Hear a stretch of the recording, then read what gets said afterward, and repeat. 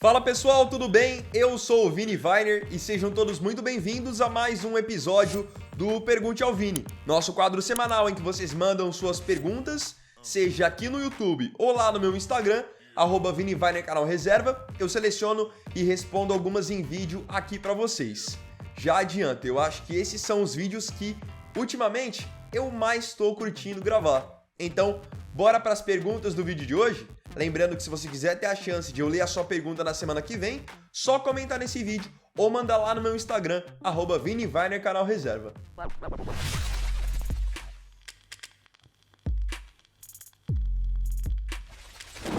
A primeira pergunta do vídeo de hoje foi feita pelo Fernando Santos de Lima. Ele perguntou: Vini, você acha que o São Paulo consegue ganhar alguma coisa esse ano? Se sim, qual título é o mais provável? Fernando, obrigado pela sua participação, um abraço para você. Analisando o time do São Paulo e comparando com outros times do futebol brasileiro, eu não acho que o São Paulo seja um favorito para um Campeonato Brasileiro, para uma Libertadores, porque eu acho que até tem bons jogadores, mas tem perdido muitas peças importantes ultimamente por lesões, e eu também já confessei para vocês em outros vídeos que eu não sou lá muito fã do trabalho do Zubeldia. Eu não posso chegar aqui e dizer para você que o São Paulo não tem chance, porque chance o São Paulo tem, assim como os outros times também. A única coisa que eu acho é que não é tão provável que o São Paulo ganhe alguma coisa. Se eu fosse dizer um título para o São Paulo se dedicar e brigar por ele, seria a Copa do Brasil, que é um torneio de mata-mata. O São Paulo foi campeão recentemente da competição e outra. Você jogando um mata-mata, você pode fazer o resultado na sua casa e depois fora jogar por um empate. Jogar fechadinho, igual o Zubeldia faz muitas vezes o São Paulo fazer. Então assim, não acho que seja tão provável o São Paulo conquistar um título esse ano, mas pode acontecer, e se acontecer, acredito que seria interessante na Copa do Brasil. Sem contar que seria bom para o São Paulo também, eventualmente, priorizar a Copa do Brasil, porque é o torneio mais vantajoso financeiramente falando. A próxima pergunta é do José Felipe. Ele perguntou: e aí, Vini, você acha que a futura ida do Estevão para o Chelsea vai ser um flop igual ao do Vitor Roque no Barça? E você acha que ele vai ter peito para ser titular? José Felipe, muito obrigado pela sua participação no vídeo desse sábado. Eu acredito que não dá para a gente comparar a situação do Estevão com a situação do Vitor Roque. O Estevão, quando ele sai do Palmeiras depois do Super Mundial, eu acho que ele sai do Brasil com um tamanho diferente do tamanho do Vitor Roque. O Vitor Roque foi para o Barcelona, mas ele era até então um ótimo atacante, um cara promissor. Só que o Estevão sai do futebol brasileiro sendo considerado um dos melhores dessa nova geração. Um jogador que já veste a camisa da seleção brasileira, um jogador que já decide jogos grandes para o time do Palmeiras e mesmo sendo muito novo. Então eu acho que o Estevão tem mais chances de chegar na Europa e dar certo do que o Vitor Roque. Esse já é o primeiro ponto. O Estevão, para mim, é muito mais jogador. Agora vamos para a parte de a situação individual mesmo de cada um. O Vitor Roque chegou num Barcelona que tinha como centroavante o Lewandowski. Então é óbvio que o Vitor Roque, ainda mais saindo do Brasil, abaixo fisicamente, abaixo na parte técnica, ele ia ter dificuldades de encontrar o seu espaço. O Lewandowski é um dos melhores atacantes desses últimos anos, do mundo. Então a concorrência é pesada. No caso do Estevão, ele vai chegar num Chelsea, onde o Chelsea já espera muito por ele. E outra, o time do Chelsea não é tão qualificado no nível do Barcelona em termos de concorrência para ele. Então eu acho que ele pode ter mais chances de encontrar o seu espaço do que o Vitor Roque teve no Barcelona também. Agora temos uma pergunta do Marcos Benevenuto. Ele perguntou: quanto tempo você demora para fazer um vídeo? Marcos, interessante a sua pergunta, muito obrigado pela sua participação nesse sábado. Depende do vídeo. Tem vídeos que são mais rápidos e vídeos que demoram um pouquinho mais por questão de pesquisa. Eu vou dar como exemplo aqui o Mercado da Bola, que é um conteúdo que eu faço quase que diariamente. Geralmente, para poder montar o roteiro, gravar, eu levo por volta de uns 40, 50 minutos. Então, para vocês assistirem o vídeo meio-dia, meio-dia e meia, eu começo a planejar ele 8, 8 e meia da manhã, até dar o tempo de eu poder gravar, mandar para o editor, e aí o editor poder fazer a mágica, e então o vídeo fica pronto. Agora, se for os vídeos shorts, que são aqueles de menos de 1 minuto de duração, esses eu demoro por volta de uns 15, 20 minutos para fazer.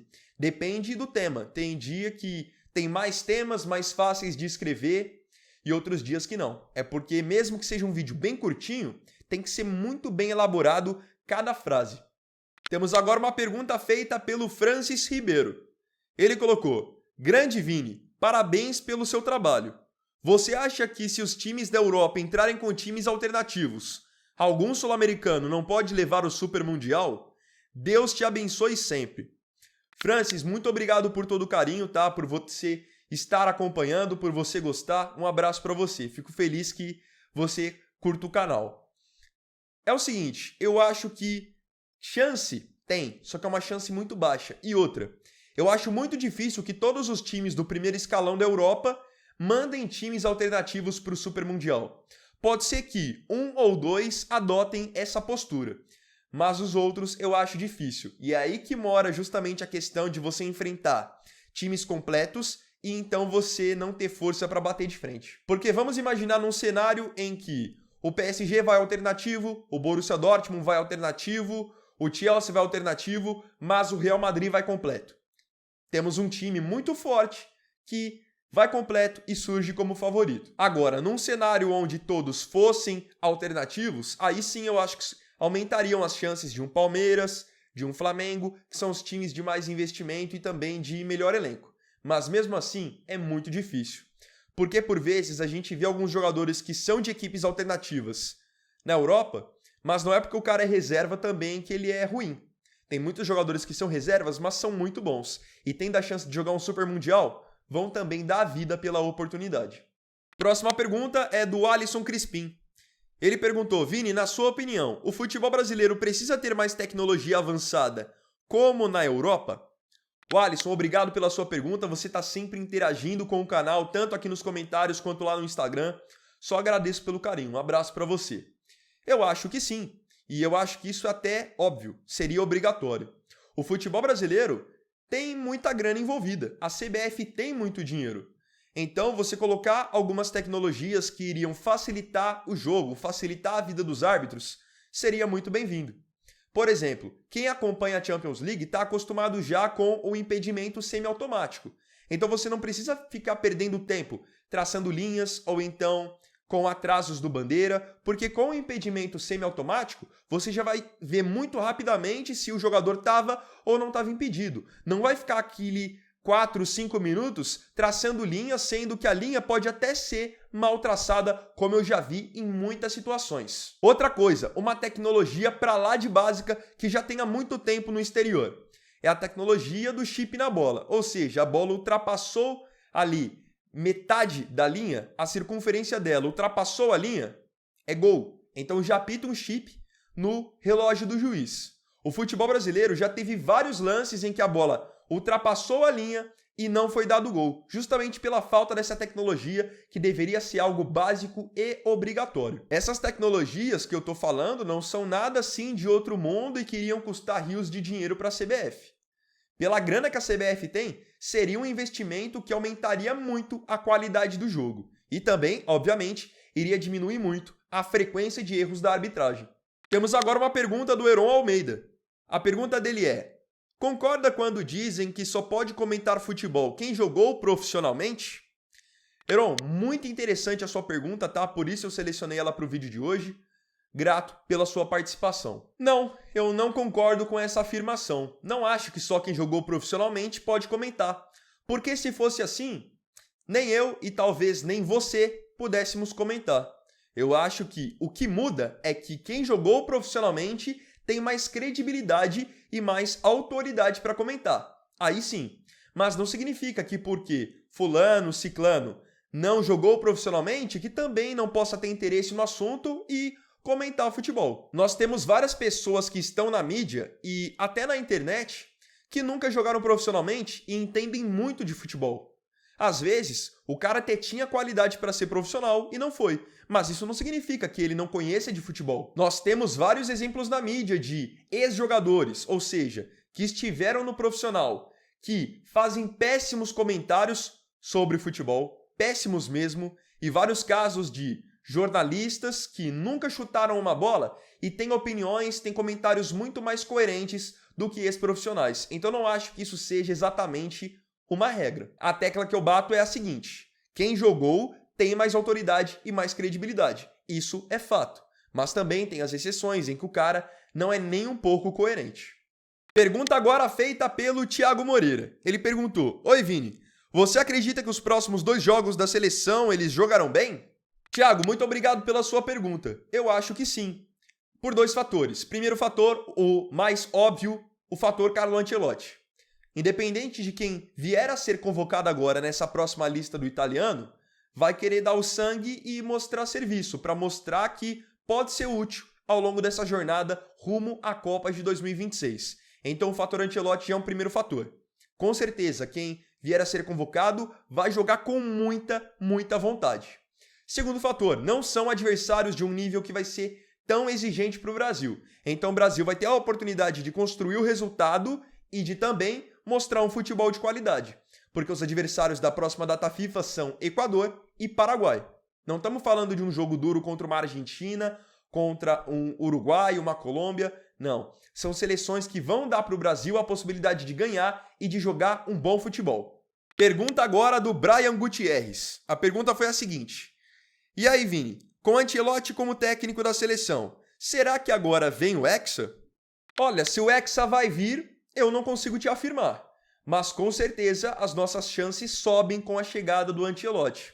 Porque a seleção vinha em baixa, desacreditada, os últimos treinadores não vinham fazendo bons trabalhos e o Ancelotti chega como um fator novo, um cara multicampeão, mentalidade vencedora, vai dar um chacoalhão nesse grupo da seleção, vai trazer novos nomes, novas filosofias, então eu tô muito empolgado com a chegada dele. Não consigo te dizer com certeza que será Hexa, porque eu vejo outras seleções hoje mais bem preparadas, como a Argentina, a França, a Espanha, mas com o Ancelotti no comando, eu acho que o Brasil ganha muito mais força para a Copa do ano que vem. Isso é fato.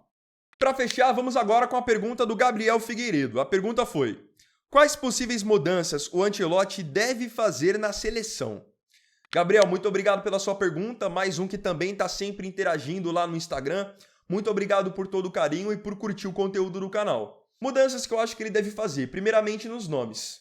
Eu acho que alguns nomes não serão mais chamados pela gestão do Ancelotti e acho que alguns nomes que já haviam sido descartados podem ganhar novas oportunidades, porque são jogadores da confiança do Ancelotti. Então, por exemplo, Casemiro, que não é chamado desde 2023, Richarlison, que não é chamado há muito tempo, são jogadores que trabalharam com o Ancelotti, o Casemiro no Real e o Richarlison no Everton, e ele conhece e gosta desses caras. Então eu acho que tem a possibilidade de eles voltarem a ter uma chance. Outra mudança que ele deve fazer, e eu acho que seria muito benéfica para a seleção, é ele fazer o Vinícius Júnior e o Rodrigo jogarem na seleção o futebol que jogam no Real Madrid. Mas a mudança principal que eu acho que vai acontecer com o Ancelotti no comando é o fato de a seleção mudar o perfil. Passar a ter uma mentalidade vencedora, entrar nos jogos com mais vontade, com mais gana, porque é uma coisa que a gente está vendo que se perdeu. Ultimamente, os jogadores da seleção entram em campo e parece que nem têm vontade de vestir essa camisa. Parece que estão jogando ali quase que obrigados. Eu acho que com o Ancelotti isso vai mudar. Outra mudança que deve acontecer, no meu entendimento, é a questão de ele ter o grupo na mão. Muitos comentavam que os jogadores não tinham respeito pelo Dorival, pelo Diniz. Agora eu quero ver quem não vai respeitar o Ancelotti, que é um técnico pentacampeão da Champions, ganhou já as 5 grandes ligas da Europa, então nesse caso não tem nenhum jogador nessa seleção que seja maior do que ele. Agora eu queria saber de você aqui nos comentários, as suas opiniões sobre as perguntas que eu trouxe nesse vídeo, sobre as minhas colocações. Não se esqueça de comentar. Então, bom galera, esse vídeo foi o vídeo desse sábado. Eu agradeço profundamente a você pela companhia em mais um vídeo do canal. E não se esqueça, se tiver gostado do vídeo, deixe o seu like, se inscreva no canal, compartilhe, comente e me siga também nas minhas redes sociais. Então é isso galera, tamo junto, até amanhã e até o próximo vídeo. Fiquem com Deus. Vini Wagner aqui, valeu, falou e fui!